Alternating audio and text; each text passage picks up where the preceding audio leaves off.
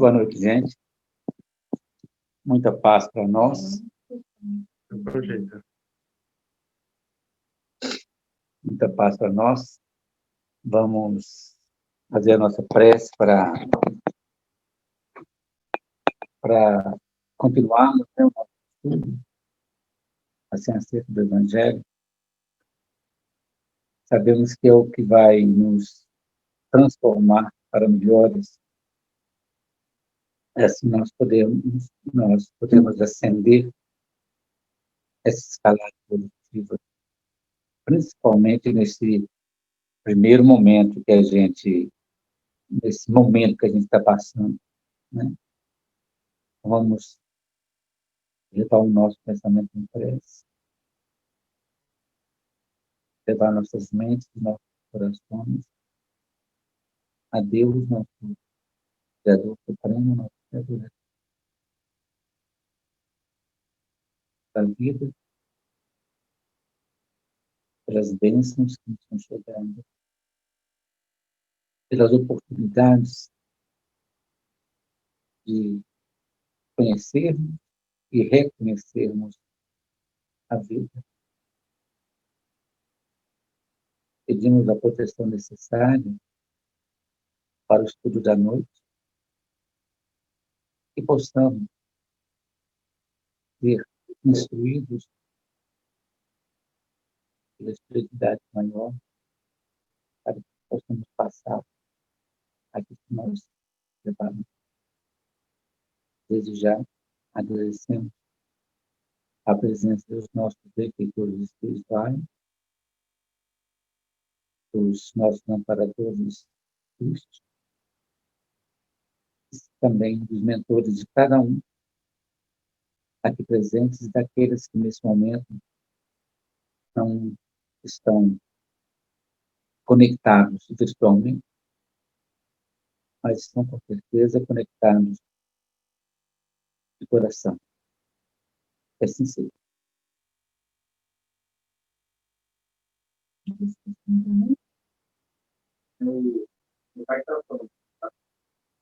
Melhorou?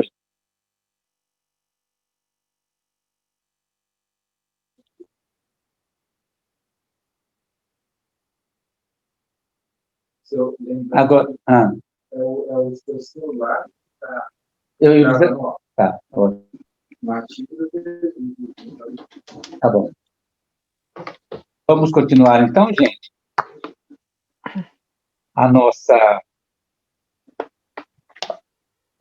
Nosso estudo, eu acho que é muito bacana. Como nós falamos sempre,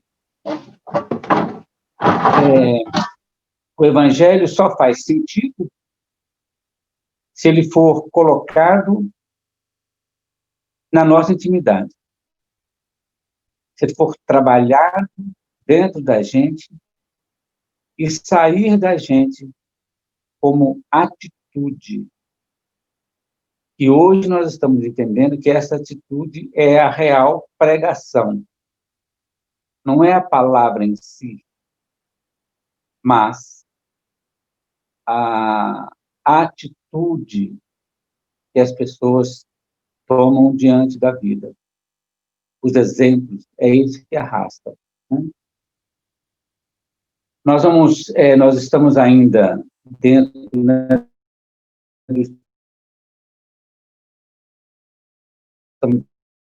literalmente. Porque o seu celular está usando a conexão daqui de casa, aí não adianta. Como que tira aqui?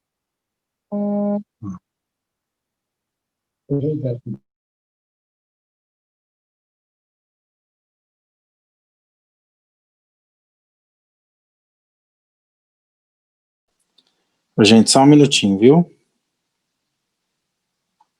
Oi. Tá ótimo. Tá ótimo. Agora você continua me ouvindo? É, porque o volume do pai tá ruim. Oi. Você mexer nele. Aumenta o volume. Não, é o volume. Pode falar. Ô, gente, todo mundo escutando? Sim. Bom, então vamos lá. Autoconhecimento, doutrina espírita, transição final dos tempos, nós estamos na parte 6. Da Judéia para os montes.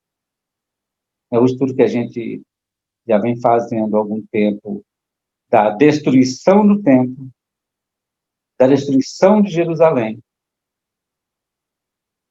O que nós temos a ver com isso dentro da nossa intimidade? Então, nós estamos agora naquele trechinho que Jesus disse. Nós falamos na semana passada da abominação da desolação, e que ocorreu uma coisa muito interessante. O Edmond está aí? Isso. Ele trouxe para a gente uma questão muito bacana e que eu resolvi, ao invés de responder só para ele, trazer foi um insumo, né, para a gente incrementar mais o nosso estudo. Porque o ideal, gente, de fazer qualquer estudo, principalmente no quesito bíblico, é fazer uma leitura comparada.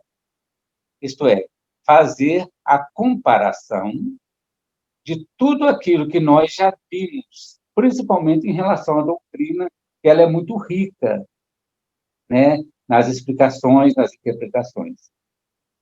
Aí o Edmond trouxe para a gente uma coisa muito interessante, que eu trouxe, que aparentemente tem vamos chamar uma diferença grande, mas é apenas de ideia de interpretação, tá certo?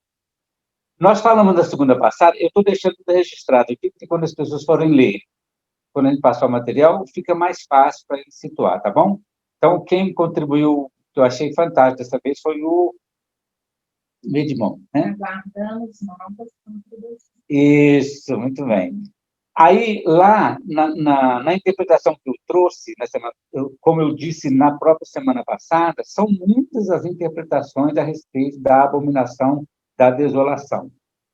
Os evangélicos veem de um jeito, os católicos analisam de outra forma,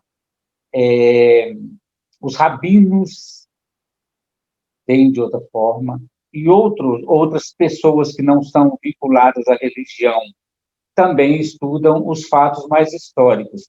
E é nessa parte histórica que eu sempre gosto de pegar. Por isso eu trouxe essa informação no quesito de, nessa interpretação histórica, nessa exegese histórica, um dia, na profecia do profeta Daniel, equivaleria, do ponto de vista de interpretação, a um ano literal, a um ano.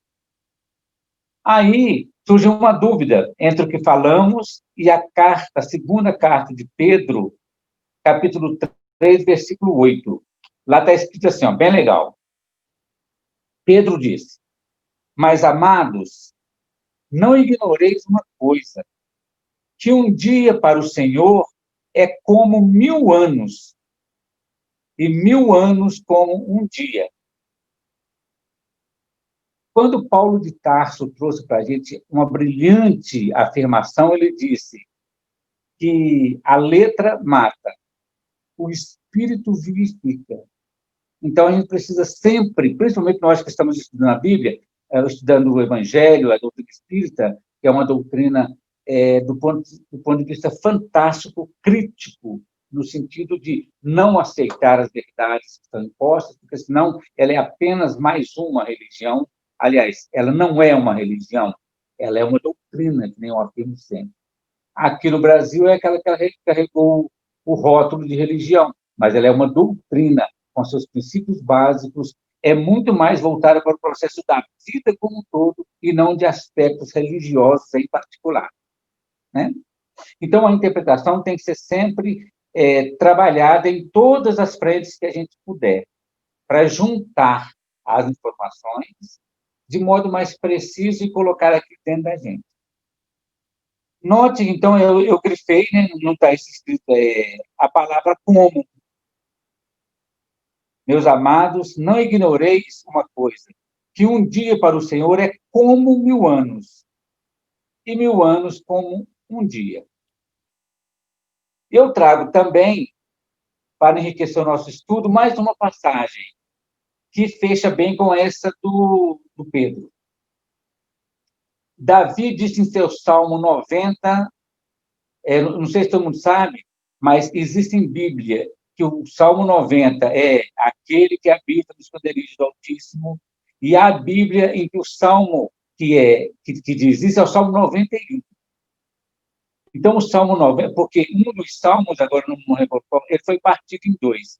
Essa é a diferença que dá entre uma versão e outra da Bíblia. Se alguém for conferir, por exemplo, é o Salmo 90, ou em outra vai ser o Salmo 89, mas não é o Salmo 91. De fato, o Davi disse, de fato, 1000 anos para ti são como o dia de ontem, que passou, como as horas da noite. Também grifei a palavrinha como. Logicamente, Pedro e Davi sabiam que o tempo de Deus não era o mesmo, não é da mesma forma que o tempo dos homens, que os homens calculam. Tanto que ele usou a frase análoga à do salmista Davi. Não é que um dia seja precisamente 1000 anos, e vice-versa, mas sim semelhante. Daí a palavra como. Eu mesmo, quando falo dos 3 dias em que Jesus, da sexta-feira da paixão ao domingo, sexta, sábado, domingo, são 3 dias, né? Aí eu também trago a interpretação como sendo 1000 anos, cada dia semelhante a 1000 anos. O primeiro dia, o primeiro milênio, o segundo dia seria o sábado lá, o segundo milênio, e aí dá legal, é a interpretação também. O terceiro milênio é quando Jesus vai restaurar a terra em nome de Deus.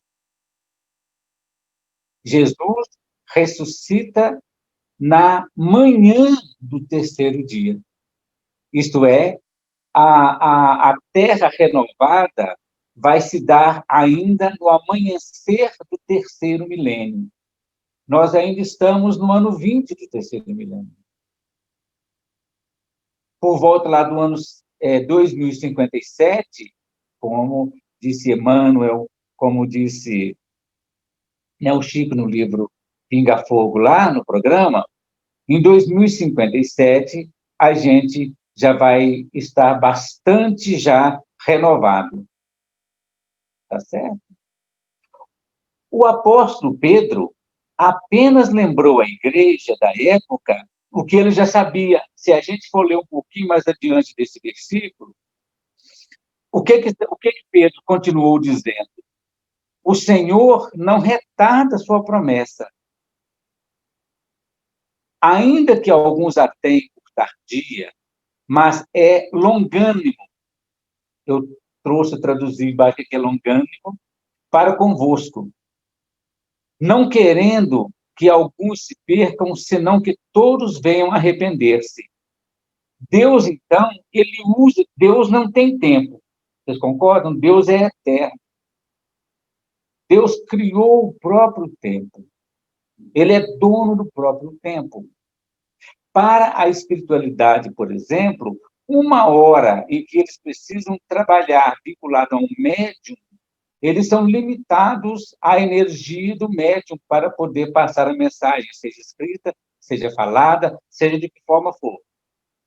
Essa 1 hora, a mesma hora que, quando desdobrada no plano espiritual, os espíritos puros podem cruzar o universo em fração de pensamento dos espíritos. Então, o tempo é completamente relativo. Do ponto de vista grego, que eu nem escrevi aqui, o tempo sempre fascinou todas as pessoas, todos os seres pensantes. Eles achavam o tempo fantástico, escurece, anoitece, chove, faz frio, faz calor, Aí escurece mais cedo, escurece depois, e ninguém entendia aquilo. Como é que isso acontece, né?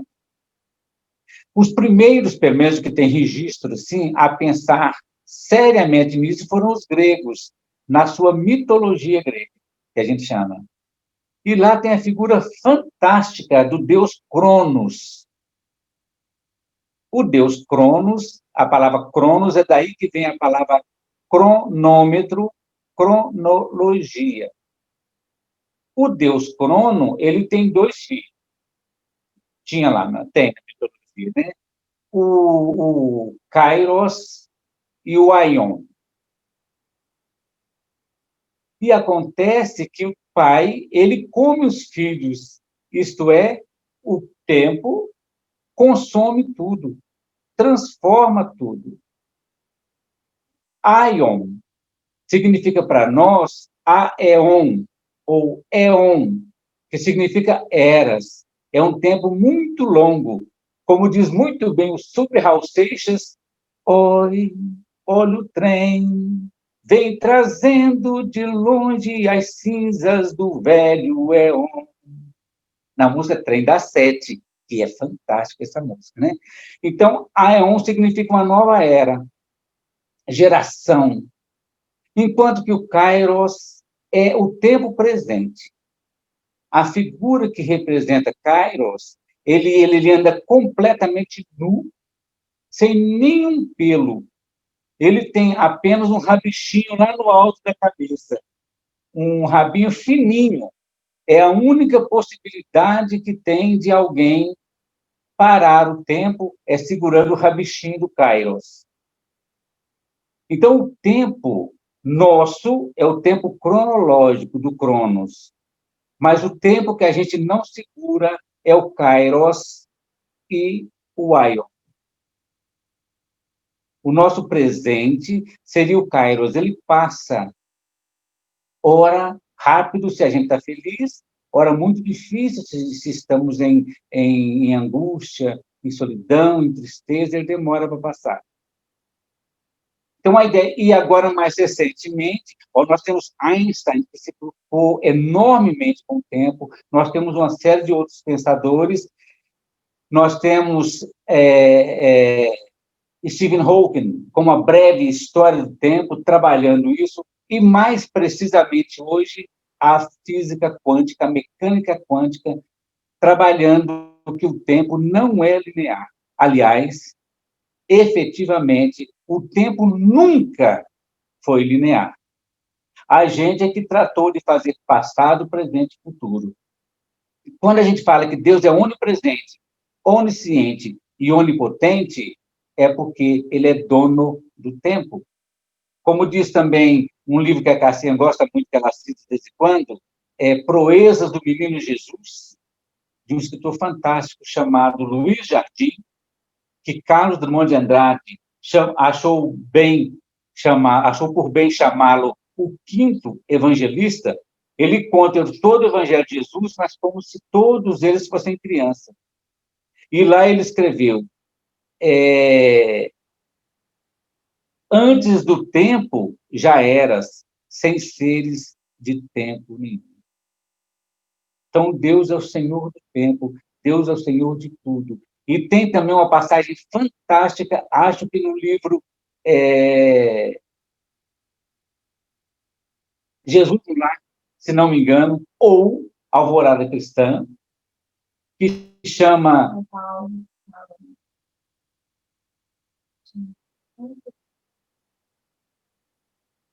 Pois é, legal isso, viu, Paulo? Quanto tempo o tempo tem?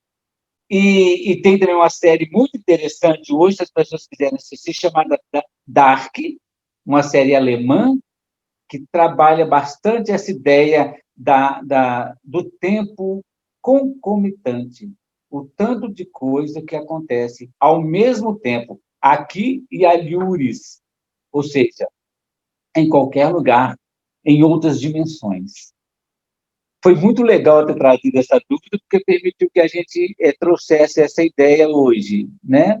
Eu não tinha falado, mas, Edmond, muito, muito bom mesmo. Então, é só questão da gente interpretar para trazer que Deus faz o tempo na hora que ele quiser, do jeito que ele quiser. Porque o tempo, ele é medido para nós. O tempo só é contado para nós simples mortais. Deus é eterno. Nenhum de nós tem condição ainda de perceber o que é a eternidade divina. A gente só sabe por palavra, é algo completamente teórico, porque para nós tudo tem um início e tem um fim.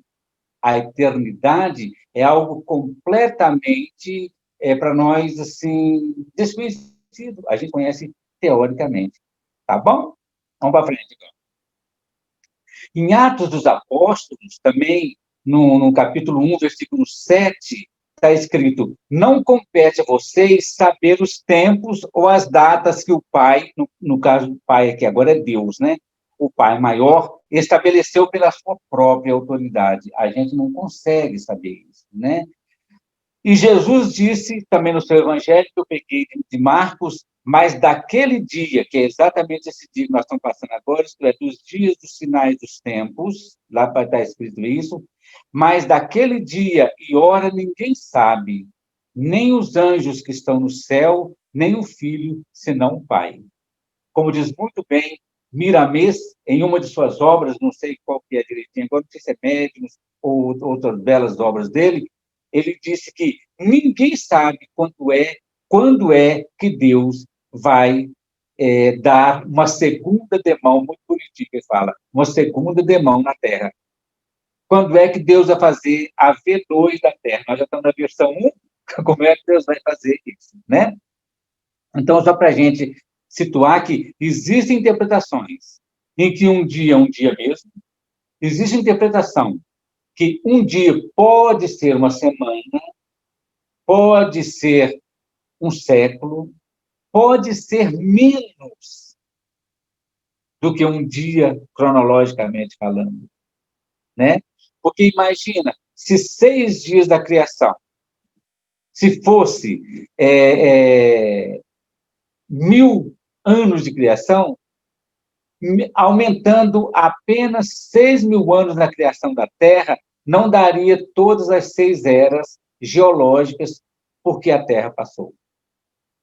Então, não são nem 6 dias e 24 horas que Deus fez a Terra, e também não são 6.000 anos só, porque, como diz o próprio André Luiz, do livro Evolução e Mundo, e milênios passaram em segredo. Quer dizer, do protoplasma até a vida organizada no planeta, foram eras e mais eras. Mas foi muito legal quando, pedagogicamente, Moisés usou os 7 dias da criação com um de descanso. Isso é fantástico. Tá bom? Mas, continuando nossos estudos, vamos lá. Por isso que eu coloquei que tempo de Deus, entre aspas, porque Deus não tem tempo, não. Ele faz o tempo que quiser, na hora que quiser. Tá bom? Muito bom. Ô, Edmond, obrigado pela sua grande contribuição aí, né? Da Judéia para os montes. Voltemos lá, né? Pegamos o trechinho bíblico, está escrito: quando, pois, virdes que a abominação da desolação de que falou o profeta Daniel, que nós já falamos, está no lugar santo, quem lhe entenda, por isso ele tem que ter interpretado. Né? Então, os que estiverem na Judéia, fujam para os montes. Deixa eu falar uma outra coisa também que serve para estudo. Há uma interpretação que está no livro O Último Êxodo, um livro também espírita, vamos dizer assim. É lindo, lindo, lindo o livro. E eles pegam uma interpretação bem diferente e interessante. Ele diz lá que o espírito, eu não sei qual dele falou, mas muito interessante, que a abominação da desolação no lugar santo, que ele entenda, seria a intromissão, aspas, do 10º planeta X na constelação solar. Nós não temos 9 planetas, então ele seria o 10º planeta, o planeta X, e, ao mesmo tempo, o planeta chupão do Chico Xavier, que vai chupar as pessoas, é tipo isso, as energias, não estou falando nada, e vai levar para outro. Esse planeta X, ele vai ser onde serão levados por misericórdia divina, eu estou falando, por misericórdia divina, para outros lugares, aqueles que não tiverem mais afinidade com o planeta Terra. Tá bom? É mais uma interpretação. Por isso que eu disse que tem um tantão de interpretações, mas eu prefiro essa que eu trouxe, lógico, por causa do processo histórico. Eu estou falando aqui porque é uma reunião de estudos e a gente pode prolongar, vai ter... De repente, se vocês forem ler interpretações evangélicas, vai ser muito interessante também, as rabínicas e tantas outras coisas, tá bom? Então, os que estiverem na Judéia fujam para os montes. E quem estiver sobre o telhado, não desça a tirar alguma coisa de sua casa. E quem estiver no campo, não volte atrás a buscar as suas vestes. É muito legal. Vamos lá. Da Judéia para os montes.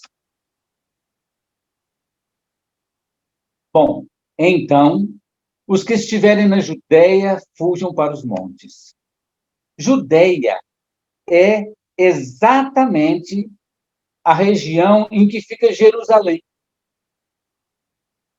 E que, por sua vez, fica o Templo de Jerusalém.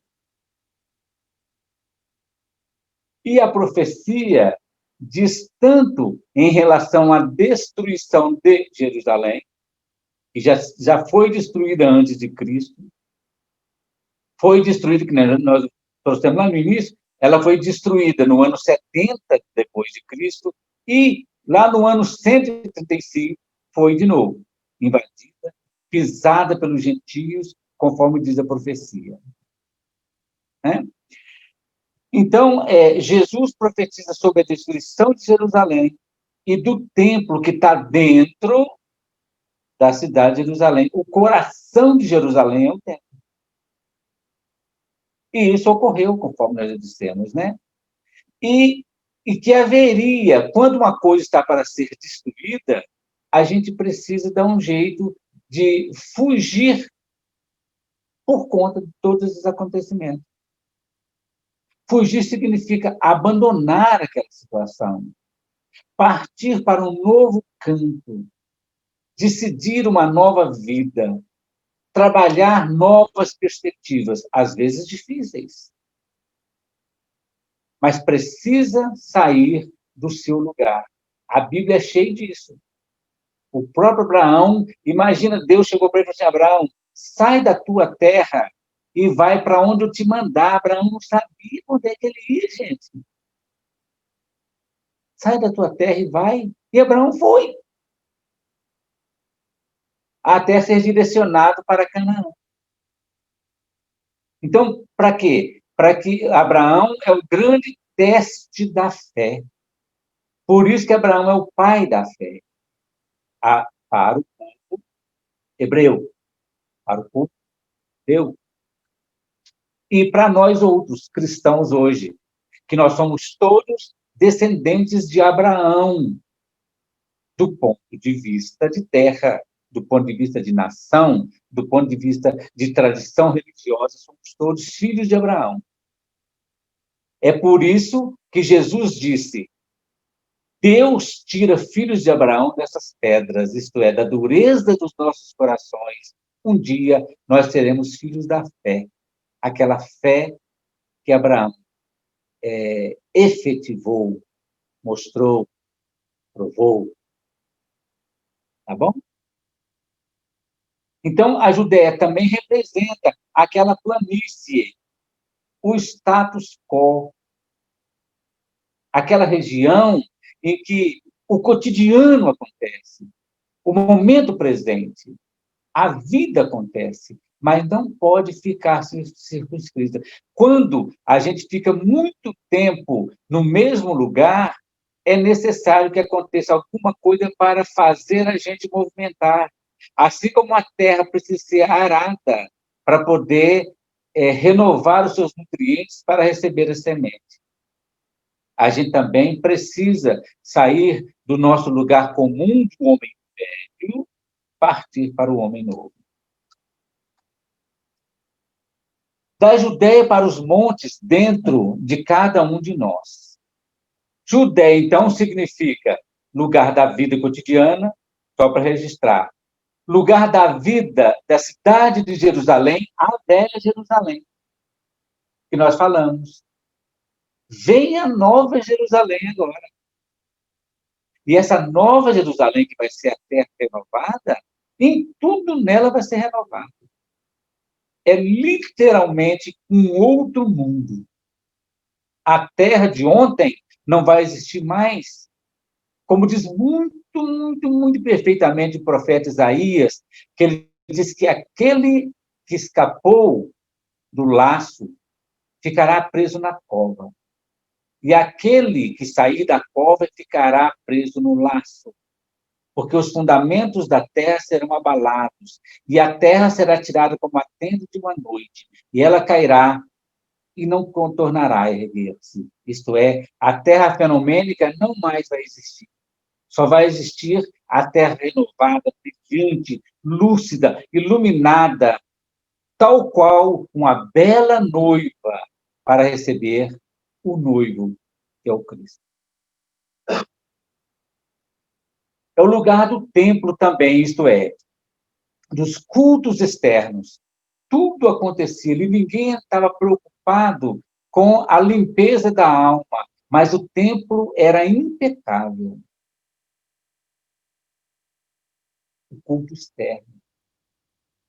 Jesus, por exemplo, estava muito mais preocupado, que é aquela analogia que nós fizemos, Jesus entra em Jerusalém. E o que o pessoal canta? Hosana ao Senhor. Bendito é aquele que vem em nome do Senhor, hosana nas alturas. Ele entra primeiro em Jerusalém, lógico, depois ele entra no templo.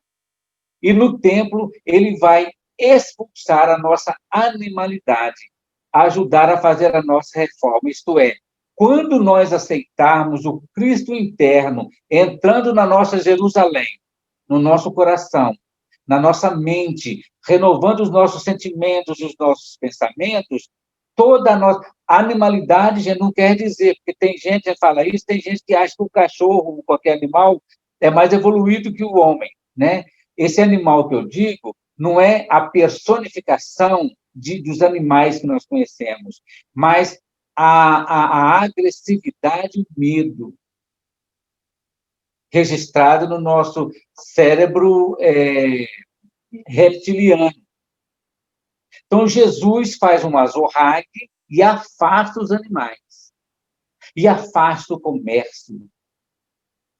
Todo tipo de barganha, isso não existe, porque nós não precisamos barganhar nada com ninguém. Tá certo? Então, no lugar do culto externo, nós temos que, como diz Jesus, hoje vocês oram em templo, mas um dia virá em que vocês adorarão em espírito e verdade. É também a nossa zona de conforto. Eu já estou aqui, eu já conheço isso. É tipo, zona de conforto é que nem o pessoal fala, a Gabriela, né? Eu nasci assim, eu cresci assim, eu sou sempre assim, vou ser sempre assim. Gabriela, não é assim? Então, essa é a nossa zona de conforto. Eu nasci Gabriela, vou morrer Gabriela. E não, a gente nasce Gabriela, mas precisa morrer Gabriela V2, numa versão, na melhor versão de nós mesmos.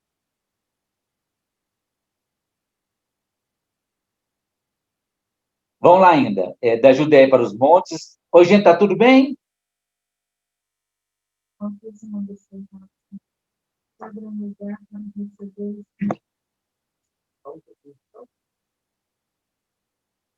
O Edmond assinalou aqui no nosso chat que é um lugar para receber os remitentes. Eu não entendi se ele está falando da Judéia, Do planeta X, ou do planeta Chupão. Para lá irão todos aqueles renitentes, aqueles pertinazes no mal, aquele que não quer se renovar.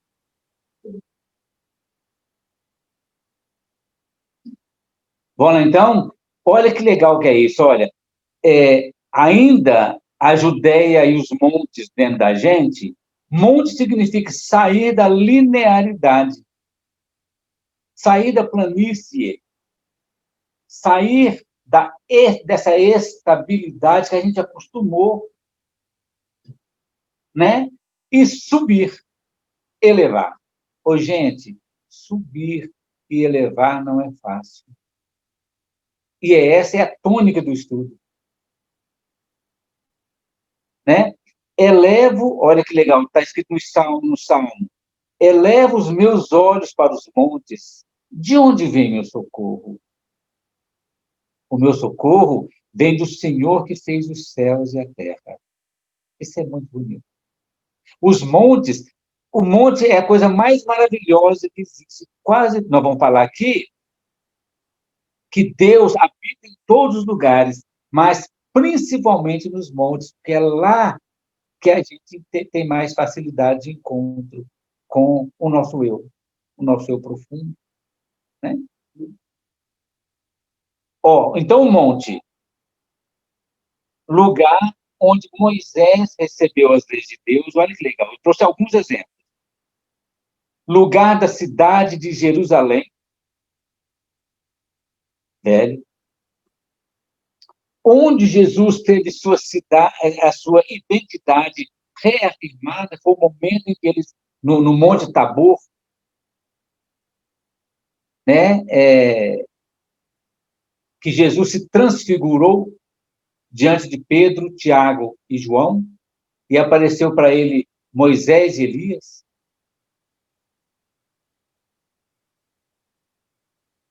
Onde Cristo recebeu a revelação e entendimento sobre os propósitos de Deus. Quando ele viu que tinha que partir para Jerusalém, porque a sua estadia na terra já estava próxima, ele tinha que voltar. Lucas, eu relacionei. Onde Jesus recebeu força para enfrentar o que estava por vir. E foi ali que Jesus suou sangue, né, como diz o próprio lá no morro, e que apareceu o anjo para lhe servir. Foi onde Jesus fez o seu mais belo sermão. A gente não tem um sermão do vale, né? Mas nós temos um sermão do monte. Não é que Jesus não vá aos vales. Jesus desce até os infernos, como diz muito bem a oração da Igreja Católica. Ele desce à mansão dos mortos. Jesus vai onde que ele quiser. Na hora que ele quiser. Né? Mas para fazer o canto mais sublime que a terra ouviu até hoje, que é o Sermão da Montanha, é o canto excelso. Foi no monte. Porque quando igual eu desenhei uma vez, vocês se lembram? O monte se nós traçarmos duas tangentes no monte, nós vamos encontrar lá em cima no vórtice que vai fazer um triângulo. Então, nós estamos mais próximos de Deus. E também onde ocorreu a sua crucificação. Isso foi também no monte que aconteceu isso, né? Então, fugir para o monte é lugar de oração, onde se encontra a orientação, a revelação, o entendimento, a força e tudo mais que a gente precisar.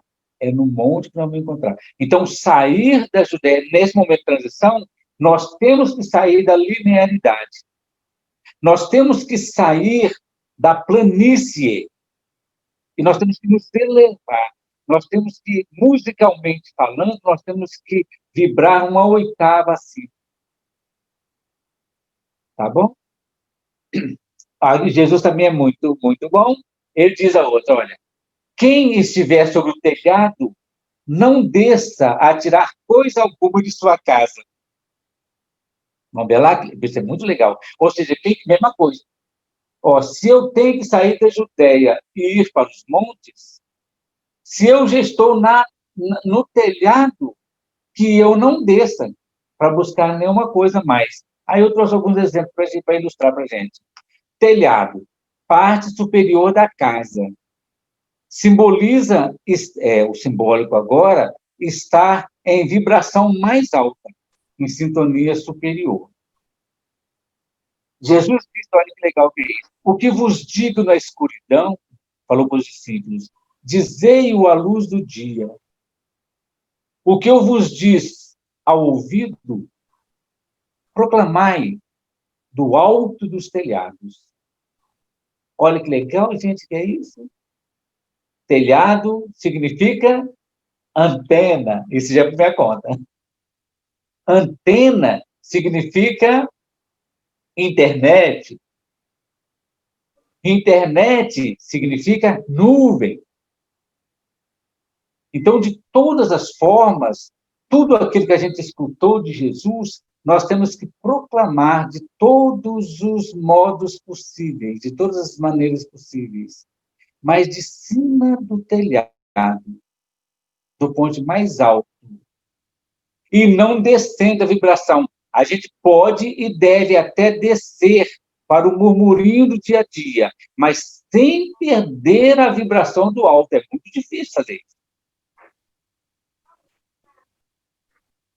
Não sei se vocês lembram, nas obras do André Luiz, muitas vezes o André Luiz, quando ia entrar em determinadas paragens, eles tinham que preparar, porque senão o André Luiz afinizava mais com o meio, aspas, umbralino, do que com a elevação. Depois ela aprendeu a vibrar mais. Então, mesmo para fazer todas as pessoas que estão trabalhando para o bem, precisa ter o cuidado para não cair, que é outra versão que nós vamos trazer aqui. Então, ele também não possibilita a visão, né? Exatamente. No monte você tem visão panorâmica, enquanto que o vale, como diz a simbologia do quem está no fundo do poço, acha que o único limite que existe é a boca do poço. E quando sai do poço, vê que a vida se desdobra, deslumbrante, para além dos horizontes infinitos. Quem está no alto. Paulo de Tarso fala uma coisa muito bonita. Não baixar o padrão vibracional. Isto é, não trocar as vibrações superiores pelas de baixo teor. Não se vincular a coisa alguma que esteja no sintonia inferior, isto é, que não saia do telhado para ficar preso embaixo da casa. De novo, é um abrigo? Sim. É um abrigo, mas um abrigo que te limita, enquanto que no telhado você tem visão panorâmica. Dentro você tem a visão das paredes, das 4 paredes. Gente, simbólico isso, tá certo? Paulo diz assim, olha que legal que é isso, gente, na carta de Paulo aos Coríntios, 1 Coríntios diz, tudo isso lhes aconteceu como exemplo e foi escrito como advertência para nós, sobre quem, olha que legal que Paulo escreveu, e foi escrito como advertência para nós sobre quem o final do mundo já chegou. Então, o final do mundo, ele não é algo que vai acontecer fora. É para quem já percebeu o final dos tempos. Assim, aquele que julga estar firme, cuide-se para que não caia. Porque senão entra prepotência. Eu sou salvo, a minha igreja é salva, que o meu pastor me salvou, o meu líder espírita é isso. Não existe isso. Se alguém disser que um líder espírita salvou, no mínimo não entendeu uma vírgula do espiritismo. Agora, a pessoa orientou legal, não tem problema nenhum. Ele foi um bom professor, no sentido daquele que professa.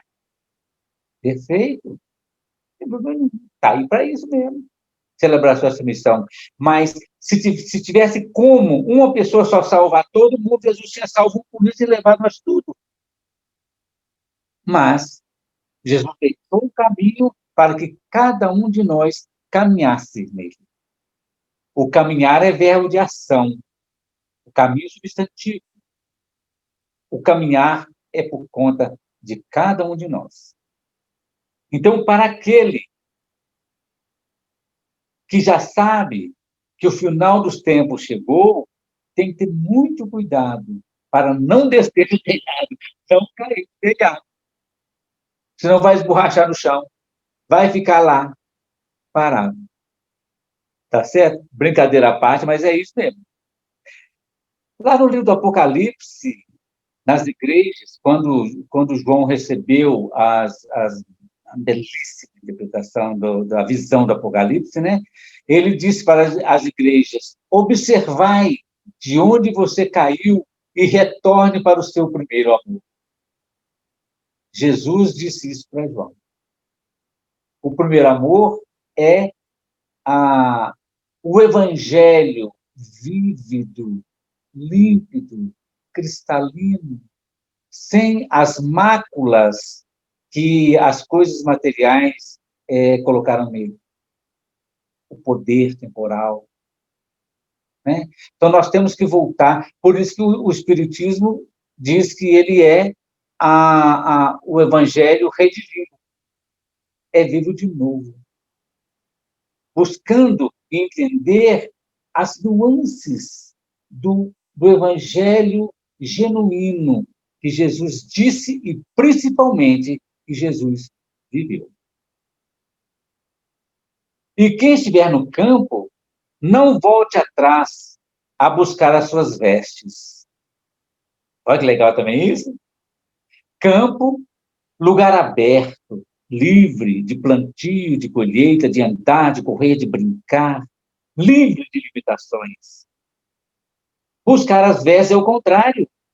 Roupas, paramentos, indumentárias representam o limite dos movimentos. As crenças que nossas personalidades nos vestem para nos manter presos. Olha uma criança brincando num campo, ele corre para lá e corre para cá, ele deita na grama e faz isso, maravilhoso. Agora veste nele, põe um capacete nele, veste petano e roupinha nele, o bichinho não tem nem como mexer. Então é isso. Se eu já estou livre, que eu não volte a me amarrar em todas as crenças limitantes do homem. E Jesus também tem uma passagem muito bonita da cura que Jesus fez, que ele falou o seguinte: depois que ele fez a cura, ele falou para aquele que tinha o cego, né? Depois que Jesus curou o cego, disse: mandou para casa, isto é, toma conta de sua consciência, e disse: não entres na aldeia. Não é muito doido? O moço morava na aldeia, a casa dele fica na aldeia, não tem problema nenhum. Você pode estar na sua casa e não entrar na aldeia. Como diz Jesus, na oração que Jesus fez aos apóstolos, fez a Deus, ao Pai, dos apóstolos, ele disse: Pai, não peço que os tireis do mundo, mas que os preserves do mal. E disse: eis que eu envio vocês como ovelhas no meio de lobos. Tenham bom ânimo, eu venci o mundo. Então, a ideia de estar no mundo e não pertencer ao mundo. A ideia de ter dinheiro, mas não ser presa fácil do poderio. A ideia de a pessoa ser bela, qualquer um, homem ou mulher, mas não se prender ao estereótipo. Por exemplo. Então, é não entrar na aldeia. É a mesma coisa que Jesus disse para a mulher que diziam apedrejar, né? A mulher adúltera. Jesus disse: vá e não peques mais. Claro, você tem que sair daquela aldeia, daquela região que te colocou nesse sentido. Você está acabando de novo? Vamos lá, mas vai dar certo. Eu fico falando demais, né? Então, vamos lá. Como serão terríveis... Ah, isso é muito legal, gente, também. Como serão terríveis aqueles dias para as grávidas e para as que estiverem amamentando. Orem para que a fuga de vocês não aconteça no inverno ou nem sábado. Ah, Jesus é muito bom. Vamos entender isso, né? Ai das que estiverem grávidas. Eu fiz essa interpretação, é mais da gente mesmo. Ai das que estiverem grávidas. Gente, é claro que Jesus não tem nada contra mulher grávida. É lógico, não é? É uma punição estar grávida ou em qualquer momento? Claro que não. Tem que ter uma outra explicação, então. Aí eu trouxe primeira interpretação literal, né? Gravidez, sábado e inverno são fatores de limitação, principalmente naquela época. Jesus traz a clara rogativa da oração. Olha, tanto para a gravidez, quanto para o sábado, quanto o inverno, a gente precisa estar sempre em oração, porque é o contato que a gente tem com o nosso eu superior. Rogativa da oração para que a fuga não se dê no sábado e nem no inverno. Gravidez, junto com sábado e inverno, representam, então, fatores de dificuldade para uma fuga.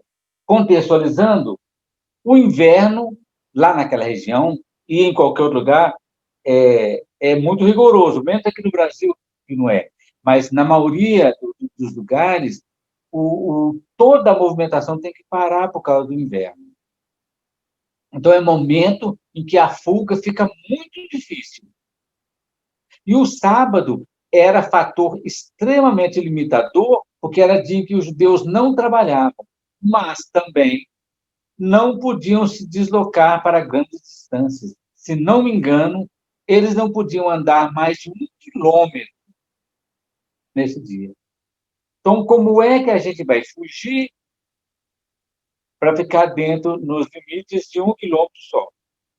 Ou como é que se vai fugir quando está tudo gelado, todos os lugares estão complicados para a gente passar? Não tem condição. Então, a oração da gente é para que nada disso aconteça. Nem os rigores do inverno e, logicamente, nem os rigores daquela lei. Nos limites, tá certo? Importante, então, não há qualquer problema em relação às grávidas. Nenhuma punição, nem algo do tipo. Jesus ressalta apenas que, sendo esses dias muito difíceis para a maioria, quer dizer, destruir nosso templo, destruir nossa Jerusalém, sair da nossa Judéia, subirmos para o nosso monte, já não é fácil para muita gente, para nós não é fácil. Imagine, então, para aquelas pessoas que estiverem em um momento tão delicado da vida, como a gravidez. Vamos imaginar literalmente. Imagina uma mulher grávida, quase 9 meses, subindo a pé no morrão para fugir, saindo da planície, que se anda com muito mais facilidade, e subindo para o monte. Na gravidez literal. Isso na gravidez literal. Por isso que a interpretação até agora é toda literal. Não é assim? Outro fator limitante. Ou se estiver grávida, ou estiver com o neném no colo, e tem que amamentar o bichinho. Aí é tudo muito difícil. E Jesus, eu não sei, quase com certeza, ele deve ter lembrado da dificuldade que foi, ou eu estou falando, se ele tiver lembrado, é ótimo, né? Você me conta, viu? Quando a mãe dele, carregando Jesus Cristinho na barriga, teve que sair e fugir para o Egito, naquela fuga. Não achava pousada, não achava nada. José andando a pé e Maria sentadinha no burrinho. E ainda bem que tinha o burrinho, porque senão Maria ia ter que andar a pé até achar algum lugar, fugir para o Egito para ficar grávida primeiro, depois do recenseamento, e depois tem que fugir com Jesus já para o Egito, para que Jesus não fosse exterminado por Herodes. Então, a mulher que está grávida, desculpa, não fala mulher, isso é muito importante para nós. Ai das que estiverem grávidas, tá certo? Vamos guardar isso, porque isso é importante na nossa interpretação agora. Isso aí é tudo literal. Ai das que estiverem grávidas, a gravidez em cada um de nós. Ô, meu Deus. Está acabando? Espera aí, já vai. Está acabando também.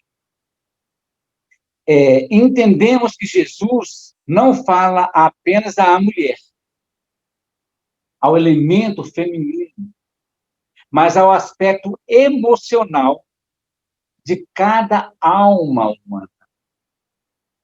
Então, aí eu estou traduzindo.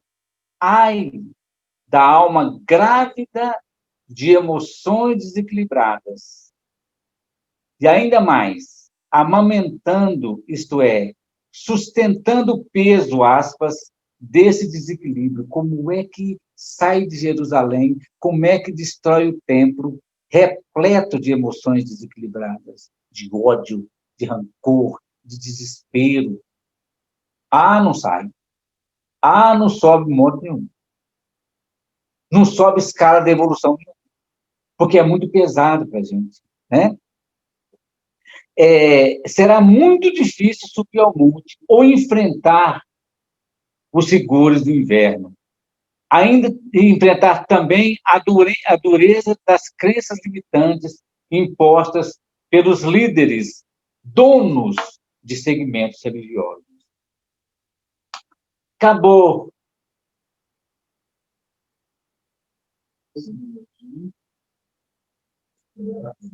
Hoje a gente acabou, então vou fazer oração aqui, depois a gente conversa um pouco se vocês quiserem, tá bom? Então tá, faltam 3 minutos ainda, tá.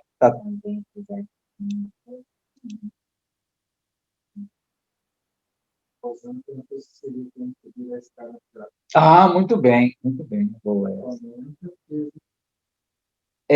Alguém perguntou se Rosana perguntou, que é uma passagem muito bonita, que a gente não estudou ainda, mas podemos estudar, se é semelhante subir a escada de Jacó. Jacó, ele teve uma visão, lá no Velho Testamento está escrito isso, em que ele viu uma escada que ligava do céu, que ligava a terra ao céu. E nela ele viu anjos descendo e subindo, numa tarefa fantástica. E é essa escada que nós temos que subir. A escada que nos leva da materialidade para a espiritualidade, da dualidade para a unidade com o Pai maior. O Cristo veio para unificar tudo isso. Muito bom, Isabel. Rosana. Estou misturando tudo.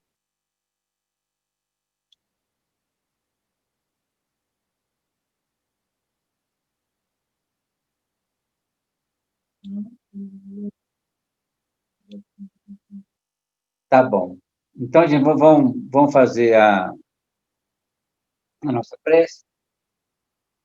Vamos elevar o nosso pensamento, agradecer aos nossos mentores espirituais, no trabalho de intuição, de inspiração. Agradecer aos nossos irmãos presentes virtualmente, mas principalmente presentes energeticamente, e que doaram, né, as suas boas vibrações para o estudo da noite. Agradecer essa casa, nós pertencemos a esse grupo, não pela casa em si, mas pela oportunidade que nós estamos tendo de estudarmos juntos as belezas do Evangelho e colocarmos dentro de cada um de nós. Agradecer a Jesus, sempre o nosso mestre divino, que veio nos preparar, nos ensinar como sair dessa dualidade e irmos à unidade com o Pai Maior. E a Deus, sobretudo, agradecer pelo dom da vida e que nós possamos cada dia mais frutificar, florir, transbordar vida e vida em abundância. Obrigado por tudo e que assim seja.